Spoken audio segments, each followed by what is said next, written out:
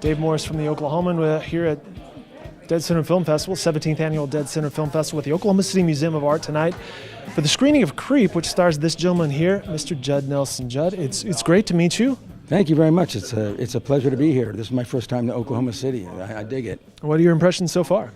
Everyone's nice and polite, you know. No one's like angry. Doesn't feel like a, urban angry center, Well, hopefully that doesn't change throughout the weekend. Yeah, hopefully not. All right, so Creep, you're in the movie. Tell us, first of all, what should we expect from Creep? What should we know about it? Well, I think it's a story about the things people do to overcome loss. I guess that's the most general way to put it. It will be very beautiful to look at, and hopefully it will also be beautiful to experience. Tell us about your character. I play a guy who has been living alone for a while. We get a glimpse of his past. It hasn't been so happy. And he agrees to shepherd this woman from wherever they are in Texas, somewhere far from the border with Mexico. He volunteers to shepherd her to the border. As soon as he does, he realizes this is a mistake.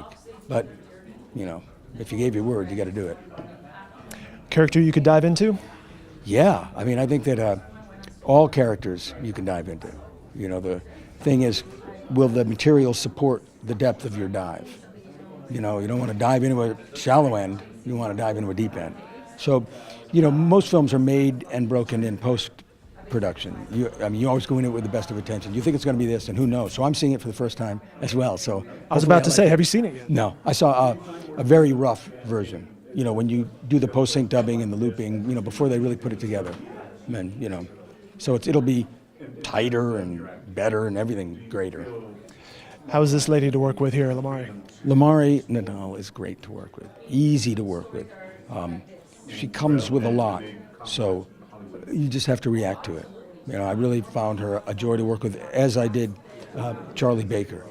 Really, really good guy, and I've stayed in touch with him, since we finished. He lives out in LA now, and he's a really good guy, very talented guy. Judd, what are you up to these days? I got a few movies in the can that who knows at what point they'll be rolled out, smaller films, and I've been doing a lot of writing and hopefully going to move behind the camera, try it, and see if it's something that I have the patience for. Yeah. As I mentioned, I'm with a newspaper. You see some cameras set up there. How many cameras? What is up going up there? Well, just multiple options and kind of geeking out with the tech. How has your industry changed from hitting the stardom back in the 80s, people asking for autographs? Do they ask for selfies and Snapchats now? A lot of selfies, definitely. That's a change. But I think one of the great changes is that when I first started, these cameras, to make a film, you needed a big movie camera. Now, you can make films with anything, really, with a GoPro, with the new still cameras. They look like still cameras, but you can shoot film with them. Drones now, you can wear something on your wrist and have a drone follow you as you scale a mountain. The opportunities are greater. And that's good, because a lot of people have a lot of interesting stories inside them, and they haven't been given the opportunity to get them out. And now I think they will be able to. And there's lots of places where you can see it. It's not just the 4 major networks. It's everywhere. The channels everywhere, outlets everywhere, and I think that's good. That was another question I had for you. How has that changed with online distribution? Well, it's harder, I think, to make a living, but it's better for people to have an opportunity to have their work seen and for them to make lots of stuff. But in terms of, as an actor trying to make a living, it's a bit peculiar, because, you can do hard work on something, but it really doesn't pay at all. But, you have to invest in yourself, maybe. Let me ask you about this. There's been some remakes of 80s TV and movie shows. Has there been any talk of remake of Breakfast Club? There's always been a little bit of talk of it, but I hope it's something that they don't do, because to do it without Hughes, you really can't do it without him. If he were around, sure, but it would just be a bad imitation, I think,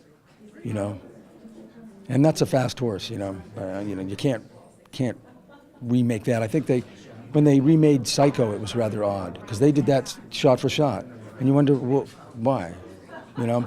But I think, I mean, it's great that people would consider it. It's really stood the test of time, and I'm very fortunate to have been a part of it.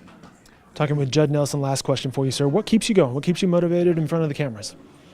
Well, I think I like acting. It's something I would do for free, and to be able to make my living doing it is really kind of special. You know, most people have to do things they don't like just to take care of their friends, family, mortgage, whatever.